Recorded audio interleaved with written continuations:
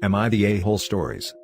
Am I the a-hole for telling my parents, there's a reason my sister can pronounce my 3-syllable name, but not say mama or dada? My, 16 female, name is Clementine. My parents had me when they were 14, and never really raised me, my grandparents did. They decided about 5 years ago they missed their teenage years, so they were going to party now that I wasn't so dependent on them. They had my sister 13 months ago, and started using the fact they were done parenting, and made me a third parent. From pretty much the day they come home from the hospital, I was the one doing the parenting. My education suffered, and I ended up dropping out of school. My parents both worked day jobs and would leave money weekly for me to go out and get the essentials, because when they were done working, they would go out to bars and restaurants, and I'd be stuck at home. When the lockdown began in March and they both started having to work from home, they told me they were going to spend a few weeks with a couple they knew, so they wouldn't feel isolated and would transfer me the same weekly money they gave me every week. I was okay with this since they had left me alone to go on a holiday already. They did, but 4 weeks turned into 8 months, and in that time my sister learned to say my name completely fluently. She can say Nana, some word we think means granddad, my name, and shoe. When my parents came home for Christmas, they didn't notice that she couldn't say mama and awful dada, instead, gave me money on the 21st to go do the Christmas shopping. They still left me to do the parenting. They did notice yesterday and asked me about it, and I told them the truth. They haven't been around her for her to learn the words, and it's not something I knew I had to teach her. Both parents are upset with me, my friends are saying I should have known, but my nana is on my side. Am I the a-hole? Now for the top comments. Not the a-hole. They're not mama and dada. They don't want to be mama and dada, and this is 100% their fault. Can you get CPS involved or move back in with your grandma? This is child abuse. And your friends can shut it. It's not your responsibility to be raising her to begin with, let alone teaching her these absentee adults are her parents in any way.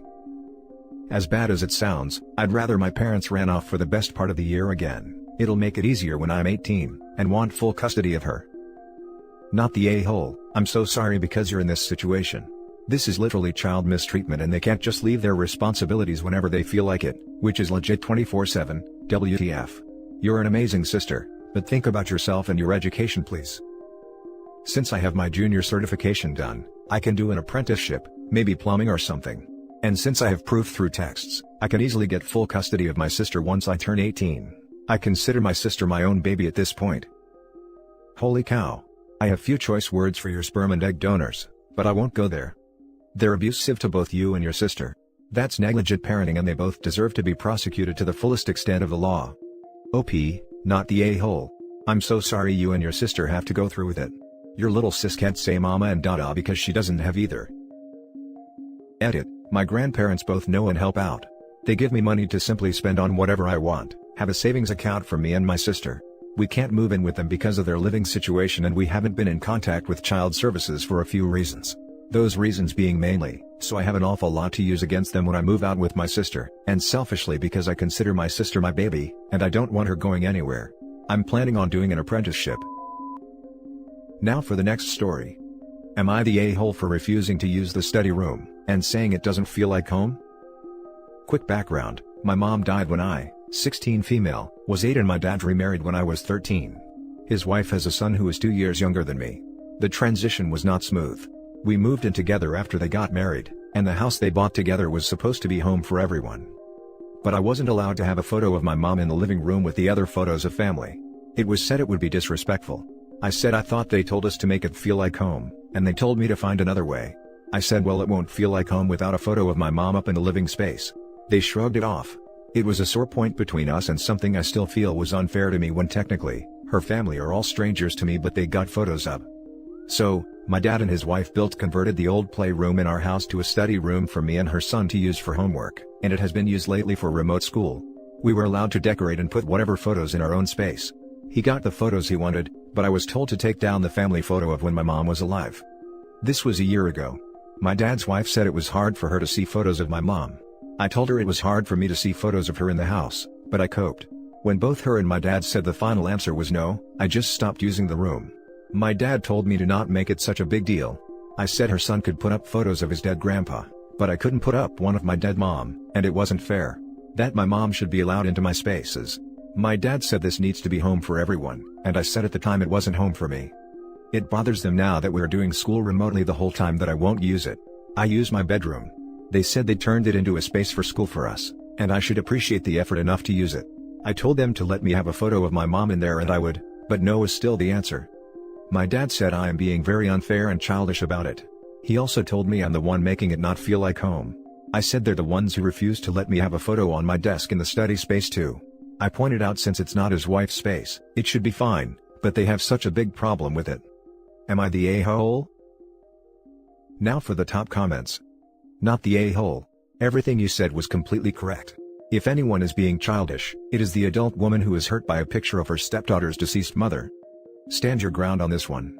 You're not being an a-hole or unappreciative. OP should remind her dad how her mother would feel if she knew he wouldn't even let her daughter have a picture of her. Talk about disrespecting the dead. Stay strong OP, and know your mother's memory and love will always be with you no matter what.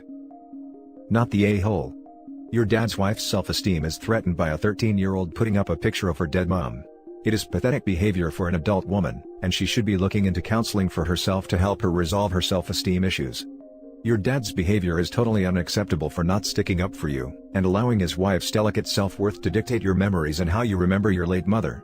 He is neglecting you, and incidentally, he's not doing his wife any favors by enabling her behavior. Not trying to be cruel to you here, just most people do not feel threatened by a dead person. Perhaps show your dad the post. I suspect he knows perfectly well that if it got out that he prevented his daughter from having a photo of her dead mom up, even in private, he would be ridiculed and shamed as a poor dad, which he is. Not the a-hole. This is absolutely the best answer. Please, OP, show your dad this post. How terribly awful they won't let you have pictures of your mom. Not the a-hole. They should not be making these efforts to make it as if your mom didn't exist. Your stepmom seems very insecure and immature about this, and your father should be sticking up for you. There is absolutely nothing wrong with you wanting to put up a picture of your mother. Your stepmom needs to understand she is never going to replace her and make peace with that. Your dad should realize that no matter who he marries, you have a mother and she deserves to be honored in your home. Next story. Am I the a-hole for telling my dad I won't participate in therapy, after he listened in on a private conversation? So, I lost my mom when I was 7, I'm now almost 16, and my dad married a few months after she died, 7 to be exact. They were pretty much estranged at the time, so I wasn't surprised. But his moving on so hard and fast was hard for me. He was happier than he had been when my mom was alive. I don't think he loved her anymore.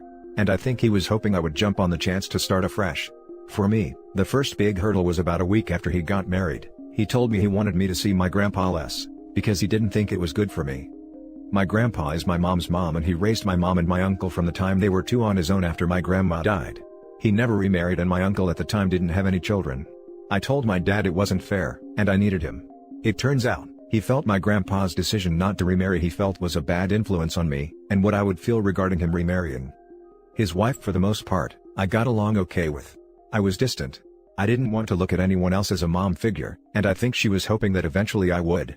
She wasn't too pushy though, and I know I'm lucky that way. But after that first year, it was insisted we celebrate her on Mother's Day, and that was hard. About 2 years after, when she was pregnant and I had just been told, they asked why I was so sad, and I told them I missed when my family was together and I had my mom. They discouraged me from talking about it, and my dad said it was a hurtful thing to say because our family was different, but we were still a family. Except that feeling has never changed. But I don't speak up. I didn't want to get into trouble for saying anything. My mom's birthday was in December and I was talking to my best friend about it. I was telling her that I really miss the way my family used to be, my mom, and how I disliked how things are now. There was a lot talked about. I was in my room. I was talking pretty low so nobody could hear. But then when I got off the phone, I was confronted with about 30 minutes of the phone conversation from my dad and his wife. I was pissed they eavesdropped on me. They said I didn't talk to them. I pointed out what happened and I got sent to my room without dinner. The next day, my dad said he was getting us all family therapy. I told him I wasn't going to participate because he eavesdropped on me, and then got mad for saying something in a private conversation that he scolded me for saying as a child. He told me I was making life difficult for him by refusing to go, and by talking like that still. Am I the a-hole? I'm not so sure I'm not anymore, so I decided to come on the internet and ask. Now for the comments. Not the a-hole. How is he going to react when you say your true feelings in family therapy? It would probably be better for you to have private therapy. I would go and say that you're there because your parents listened to a private conversation. Then, got mad and sent you to bed without eating as punishment. Taking away food as a punishment is a surefire way to get a CPS visit. Not the a-hole, but family therapy might still be helpful. I would definitely tell the therapist pretty quickly about this egregious breach of trust and eavesdropping on your private conversation. If the therapist tries to back them up at all on that front, they probably haven't found a very good therapist. Hopefully the therapist is a good one though, and will help your parents to understand boundaries. And be sure to let the therapist know that your father and stepmother yell at you when you express your feelings. Not the a-hole, you're hurt and grieving. But therapy is good for you. Ask for private therapy before you're willing to deal with family therapy. I'm sorry for your loss.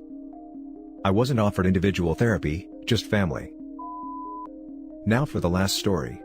Am I the a-hole for pulling a family meeting with my boyfriend's family, to tell them they either pull their weight or get cut out? I have been with my boyfriend for 6 years and we have 2 sons. His baby sister, 25, just ran into some trouble 3 months ago, and is now looking at 25+ years in prison because she was dating a guy who was a substance dealer, and when his house was raided, she was charged right alongside him. Now, my boyfriend and I just took our entire savings, $15K, and put it toward lawyer fees for the past 3 months. I begged to not go with that lawyer because I did not like anything about him. There was a lawyer $10,000 cheaper who was far more intelligent and worked these cases before, but his family had to have this younger lawyer who was more expensive, because, you get what you pay for, with the promise they would throw down cash to help us pay this $35,000. Lo and behold, his family hasn't done jack and neither has the freaking lawyer. His 2 oldest sisters are insurance agents and make over $160,000 a year. His 2 brothers also both have great jobs, and both make nearly $120,000 a year. My boyfriend and I have a combined income of maybe $80,000 a year, if that.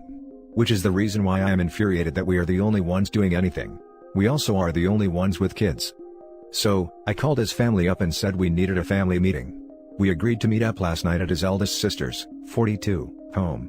When we got there, I lit right into his family about the fact that they are watching us put ourselves into a hole to save his sister's butt, all while guilting us to do more, and that I was freaking done. I told them that from here on out, if they don't start pulling their weight and hold up their end of the bargain, then their contact with the lawyer I paid for will be terminated. We will not be giving them updates or keeping them in the loop. If I'm going to be the only one paying, I'm going to be the only one speaking to the lawyer, basically.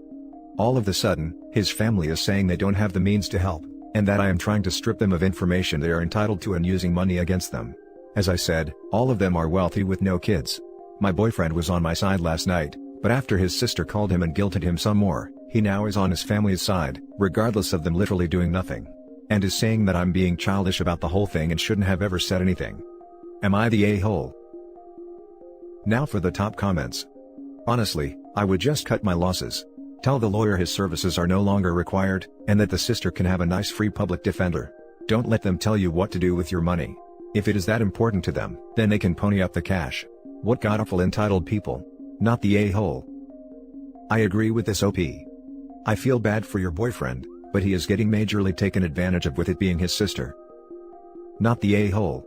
The family is entitled and sucks, and the sister sounds like a mooch. And you and your boyfriend, so they promised to help you pay before you took out your savings, or they said they would after? They told us they would help pay before we took out our savings. They were all supposed to start paying the lawyer monthly after that initial payment. Together we had a plan to each pay $400 apiece, which would have been $1,600 altogether. So far, none of them have held up their end, and my boyfriend and I are the only ones paying. Not the a-hole. Good for you for putting your foot down, hopefully not too late. If you're paying for the lawyer, you're the only one entitled to the information. Also, why didn't you choose a lawyer you wanted, since you and your boyfriend are the only ones paying? Because in the long run, my boyfriend's family convinced him that the cheaper lawyer wouldn't do anything to help. Which of course sent him into a panic. At that point, I had to step in and take that extra cost to save his mental state. And that's it for this video guys. If you have thoughts to share, leave a comment below. Don't forget to hit like and subscribe if you like this content. I'll catch you in the next one. Good day everyone.